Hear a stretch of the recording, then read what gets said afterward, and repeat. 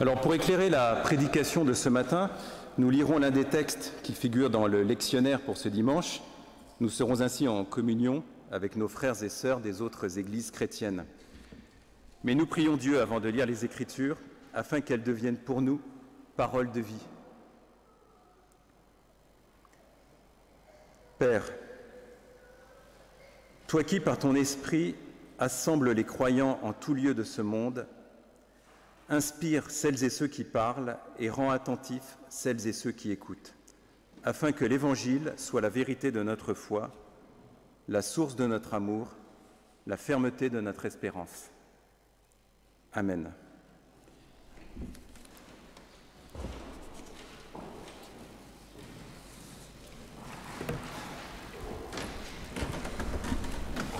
Nous lisons aujourd'hui dans Luc, chapitre 10, versets 1 à 20. Après cela, le Seigneur désigna encore 70 autres disciples et il les envoya 2 à 2 devant lui dans toutes les villes et dans tous les lieux où lui-même devait aller. Il leur dit : « La moisson est grande, mais il y a peu d'ouvriers. Priez donc le maître de la moisson d'envoyer des ouvriers dans sa moisson. Partez.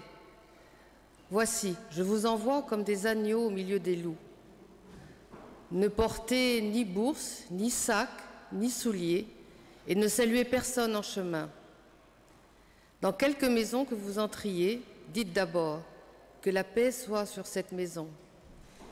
Et s'il se trouve là un enfant de paix, votre paix reposera sur lui. Sinon, elle reviendra à vous. Demeurez dans cette maison-là, mangeant et buvons ce qu'on vous donnera, car l'ouvrier mérite son salaire. N'allez pas de maison en maison.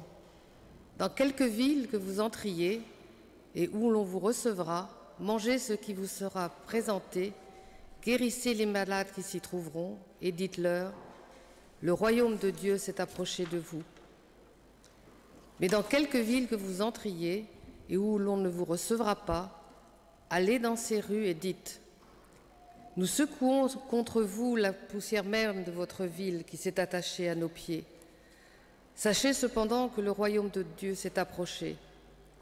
Je vous dis qu'en ce jour, Sodome sera traitée moins rigoureusement que cette ville-là. Malheur à toi, Chorazin, malheur à toi, Bethsaïda, car si les miracles qui ont été faits au milieu de vous avaient été faits dans Tyr et dans Sidon, il y a longtemps qu'elles se seraient repenties en prenant le sac et la cendre. C'est pourquoi, au jour du jugement, Tyr et Sodome seront traités moins rigoureusement que vous. Et toi, Capernaum, qui a été élevé jusqu'au ciel, tu seras abaissé jusqu'au séjour des morts. Celui qui vous écoute m'écoute, et celui qui vous rejette me rejette, et celui qui me rejette rejette aussi celui qui m'a envoyé. Les 70 revinrent avec joie, disant : Seigneur, les démons même nous sont soumis en ton nom. Jésus leur dit : je voyais Satan tomber du ciel comme un éclair.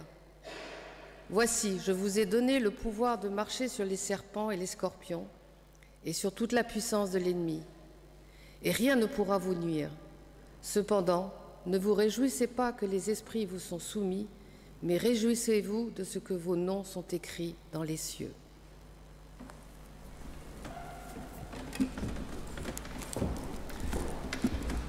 Seigneur, ta parole est vérité. Sanctifie-nous par ta vérité. Amen. Et je vous invite à poursuivre par le cantique 31-30, 31-30, page 342. Nous prendrons les strophes 1, 2 et 3. 1, 2 et 3 du 31-30.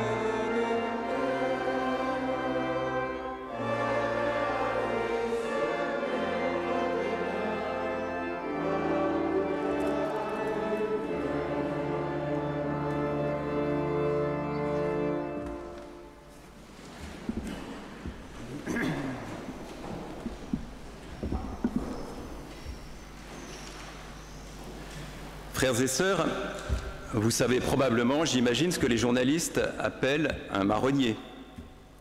Un marronnier, dans le jargon, dans l'argot de la presse, c'est un sujet récurrent.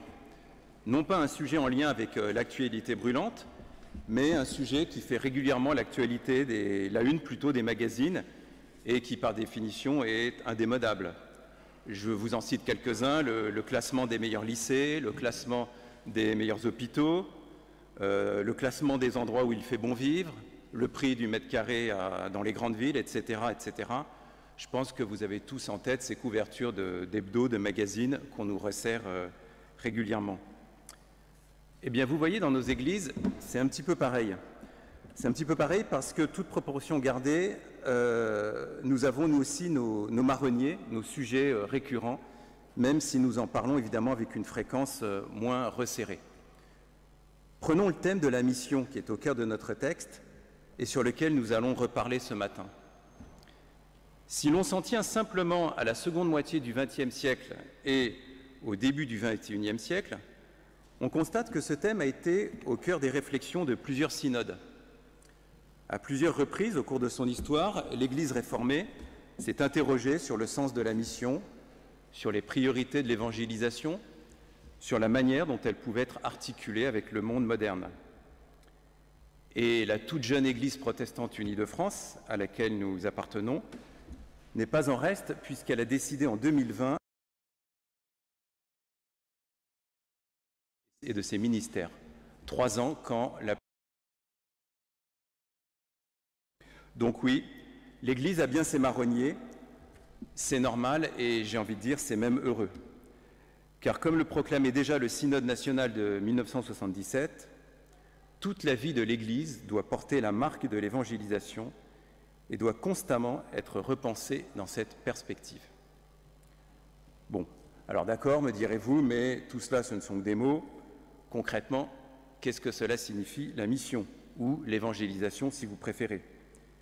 Que signifie être disciple? Est-ce que ça fait envie d'ailleurs d'être disciple? C'est pas si sûr. Vous avez entendu comme moi la fermeté dont fait preuve Jésus dans les conseils qu'il donne aux disciples. Ne portez ni bourse, ni sac, ni sandales, ne passez pas de maison en maison, mangez ce qu'on vous offrira, sous-entendu, contentez-vous du minimum. Vous l'avez remarqué, ce n'est pas vraiment du tourisme et il ne s'agit pas de perdre son temps à ripailler et à festoyer. Alors, si vous le voulez bien, commençons par revenir au contexte. D'abord, il faut rappeler que même si Jésus est encore parmi ses disciples dans cet extrait, l'évangile de Luc s'adresse bien sûr à la génération d'après, celle qui a la lourde responsabilité d'animer l'Église primitive, pourrait-on dire, en l'absence du Maître. Et si, dans le récit de Luc, Jésus donne ses instructions tout en se tenant à distance, vous l'avez remarqué, il envoie ses disciples, mais lui reste en retrait, il les soumet un peu à un exercice, c'est sans doute pour préfigurer les temps à venir, ceux de l'émancipation en quelque sorte, quand les disciples auront la responsabilité de l'évangélisation, cette responsabilité que nous avons, nous aussi, 2000 ans après les faits racontés. Ensuite, il faut rappeler que les faits mentionnés se situent dans un contexte un petit peu compliqué pour Jésus et les siens. L'enseignement de Jésus ne rend pas forcément les foules béates d'admiration et d'enthousiasme, comme nous le font croire parfois certaines images léguées par des films ou des séries qu'on a pu voir, où on voit effectivement des cohortes de fidèles en transe le long des routes. Ainsi, on apprend à la fin du chapitre précédent, le chapitre 9, que les habitants d'un village de Samarie ont refusé d'accueillir les disciples de Jésus. On sent donc comme une crispation latente, et c'est sans doute ce qui explique cette forme de radicalité présente à la fin du chapitre précédent, dans lequel figurent ces versets bien connus que vous avez en tête, « Laissez les morts enterrer les morts », ou encore « Quiconque met la main à la charrue et regarde en arrière n'est pas bon pour le royaume de Dieu ». On peut difficilement faire plus radical. Radicalité que nous retrouvons d'ailleurs dans une expression un peu paroxystique à la fin de notre texte, avec ces malédictions que vous avez entendues dans la lecture lancées contre les 3 cités qui ne se sont pas converties, ces 3 cités qui n'ont pas écouté le message. Enfin, Toujours à propos du contexte, il faut souligner la singularité de cet envoi des 72 disciples. Luc est en effet le seul des synoptiques, des 3 synoptiques, à distinguer l'envoi des 12 et celui des 72. Alors que Matthieu, Marc et Luc lui-même, dans un chapitre précédent, mentionnent l'envoi des 12 choisis par Jésus, Luc choisit d'ajouter dans son récit cet envoi en mission de 72 disciples anonymes. On a donc bien là un thème qui tient à cœur, un thème cher, un thème qui tient à cœur à l'évangéliste. Explorons à présent un peu plus le texte. Vous avez remarqué, le texte est relativement long, il est dense, on pourrait dire beaucoup de choses. Aussi, voudrais-je me limiter à 4 aspects, moi, qui me frappent particulièrement. C'est forcément un peu subjectif, on pourrait sans doute en trouver bien d'autres, mais je voudrais centrer mon propos sur ces 4 aspects. Le premier, je l'ai suggéré tout à l'heure, c'est bien sûr l'exigence de la mission. Je pense que vous l'avez perçu dès la lecture du texte. On a affaire à un Jésus qui est assez magistral, qui donne ses directives aux disciples, qui balise en quelque sorte le chemin. On a vraiment dans le texte tout un protocole, un mode d'emploi. Peut-être que les jeunes qui sont parmi nous aujourd'hui diraient un tuto, comme on dit en langage contemporain. Vous savez qu'il y a des tutos sur tout, sur Internet. On a quasiment un mode d'emploi, un tuto pour disciples. Jésus leur dit ce qu'il faut faire, mais aussi, et c'est presque plus important dans le texte, ce qu'il ne faut pas faire. Ce qu'il ne faut pas faire, d'abord, c'est s'encombrer du superflu. Ne porter ni bourse, ni sac, ni sandales. C'est aussi ne pas perdre son temps en palabres de toutes sortes, ne saluer personne en chemin. Vous avouerez que c'est quand même plutôt étonnant et déroutant dans la tradition orientale qui accorde autant d'importance à la salutation et qui fait même le préliminaire, qui en fait le préliminaire à la rencontre de l'autre. Mais justement, tout est peut-être dans la précision en chemin. Le disciple ne doit pas se distraire de la mission qui lui est confiée par le maître, au risque de l'oublier et de la négliger.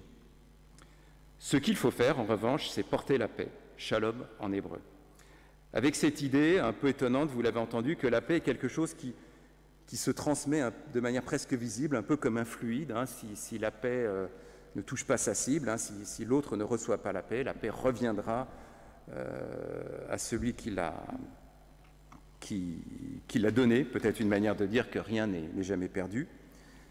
Ce qu'il faut faire aussi, bien sûr, et c'est essentiel, c'est aller à la rencontre de l'autre, frapper aux portes, partager la vie de ses hôtes en buvant et en mangeant à leur table.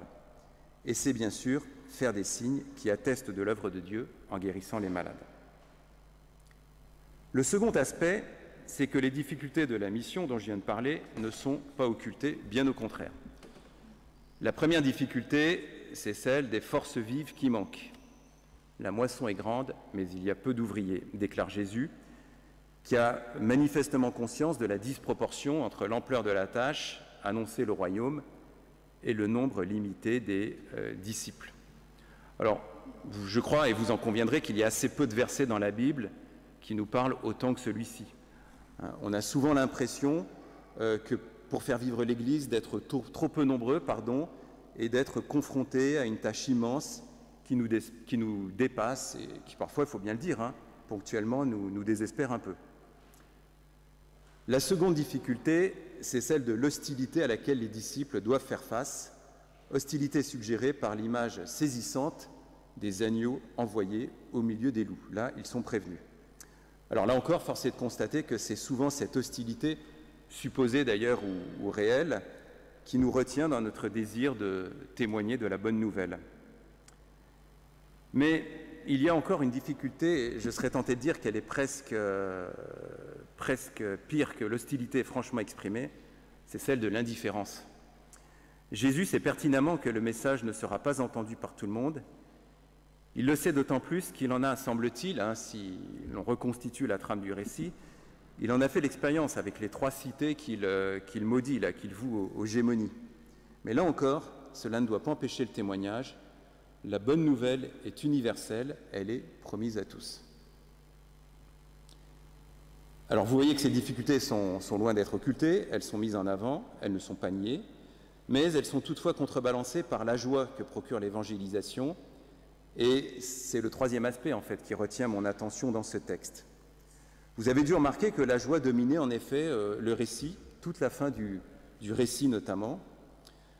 Vous aurez remarqué aussi que nous ne savons pas finalement comment les disciples s'y prennent, mais on peut supposer que l'entreprise est couronnée de succès, vu la joie qu'ils en retirent, qu'ils en éprouvent. C'est sur cette joie que le récit met l'accent. Eux qui allaient porter une parole aux hommes, eux qui allaient porter un message de paix et l'annonce du règne de Dieu, voilà qu'ils reviennent à leur tour comblés, comme s'ils avaient eux aussi reçu quelque chose. Peut-être faut-il voir dans cette joie le salaire, entre guillemets, de leur activité, la récompense que promet Jésus lorsqu'il déclare au vers 7, de manière imagée, que l'ouvrier mérite son salaire. Alors je pense que cette joie, on pourrait même dire cette exaltation, hein, c'est une joie, une ferveur, une exaltation, je pense que cette joie qui gagne les disciples doit nous faire réfléchir. Au fond, si l'évangélisation rendait heureux. Je ne sais pas si vous êtes comme moi, mais j'ai fait à plusieurs reprises cette expérience. Au début, et quand ça peut durer un certain temps, et quand je dis au début, ça peut prendre des années, on refuse de parler de ses convictions, de dire qu'on est chrétien à ses amis, à ses collègues, parce qu'on a toujours peur des critiques, des rires, voire peut-être, comme je le disais, de l'indifférence, hein, ce qui peut être pire encore. Et puis un jour, les circonstances, alors je dis les circonstances, mais ce peut-être est certainement l'œuvre de l'esprit, les circonstances font qu'on se met à parler à son entourage, autrement dit qu'on se met à témoigner, chacun à sa manière bien sûr. Et bien même si on est loin de ce que font les disciples, hein, qui font quasiment du porte-à-porte, on ne peut s'empêcher d'éprouver une forme de joie. On a donné en quelque sorte, mais on a reçu aussi. On a reçu l'écoute de l'autre et parfois même sa bienveillance. Enfin, le quatrième aspect sur lequel je voudrais insister, c'est que ce texte nous dit ce que signifie être disciple. D'abord, être disciple, ce n'est pas faire partie d'une élite ou d'un clan. Autant on pourrait le dire à propos des 12 apôtres choisis par Jésus, qui font l'objet d'un discernement et dont les noms nous sont donnés dans les évangiles, autant on voit ici que les disciples sont des anonymes qui accompagnent Jésus. Alors, certes, ils ne sont que 72 ou 70 selon les versions du texte, mais là n'est pas la question. Hein. Les commentateurs ont vu dans ce nombre de 70 sans doute 72 un nombre un peu symbolique qui pourrait faire référence aux nations évoquées dans Genèse 10, mais je crois que ce n'est pas l'essentiel du message. L'essentiel du message, c'est de dire que nous avons tous vocation à être disciples du Christ ressuscité. Ces obstacles que rencontrent les 72, ce sont les nôtres, ce sont ceux que nous rencontrons, nous aussi, dans notre monde contemporain. Ensuite, le disciple, c'est une banalité de le dire, mais c'est celui qui est envoyé par Dieu. C'est d'ailleurs l'étymologie du mot « mission », hein, c'est le fait d'être envoyé. Relisons ensemble ce verset central de notre texte, le verset 16. « Celui qui vous écoute, m'écoute. Celui qui vous rejette, me rejette. Et celui qui me rejette, rejette celui qui m'a envoyé. » Ce verset, je me permets d'insister dessus, rappelle une vérité fondamentale. Si nous agissons de notre propre initiative, si nous sommes libres d'être porteurs de la bonne nouvelle, c'est toujours au nom du Père que nous parlons et agissons. C'est lui qui est source de toutes choses et que c'est lui qui suscite notre vocation à être témoin. Enfin, être disciple, c'est être confiant. Mais être confiant, ce n'est pas attendre les bras croisés, comme on le dit souvent, que les choses se fassent toutes seules, comme par magie. Être confiant, c'est accepter que l'on ne pourra pas tout faire par nos seules forces et qu'on ne pourra pas simplement, par nos propres forces, être des témoins. Il nous faut le secours de la prière pour demander à Dieu d'abord la force de le servir et d'être témoin de son œuvre. Il ne vous a sans doute pas échappé d'ailleurs que les conseils de Jésus aux disciples commençaient par une exhortation à la prière. Priez donc le maître de la moisson d'envoyer des ouvriers dans sa moisson. Il est donc nécessaire de placer notre espérance dans celui qui nous envoie, mais aussi de lui confier nos doutes, nos craintes, nos joies aussi. Voilà, frères et sœurs, si vous voulez bien, les réflexions que je voulais vous partager ce matin. Alors, ce premier dimanche de juillet revêt un caractère un peu symbolique pour nous. Pour certains, c'est sans doute, et là encore je pense aux jeunes, le début des vacances, la promesse du repos, peut-être des départs, des moments partagés, des retrouvailles en famille. Mais pour nous tous, c'est le début de la vacance pastorale. Alors dans cette communauté chaleureuse de Batignolles, forte des liens que nous entretenons les uns avec les autres, nous pourrions être tentés, si j'ose dire et si vous me permettez l'expression, de simplement faire tourner la boutique pendant un an et de considérer que la mission sera l'œuvre du prochain pasteur qui arrivera dans un an. Essayons de faire plus que cela. Soyons ambitieux, allons à la rencontre de notre prochain.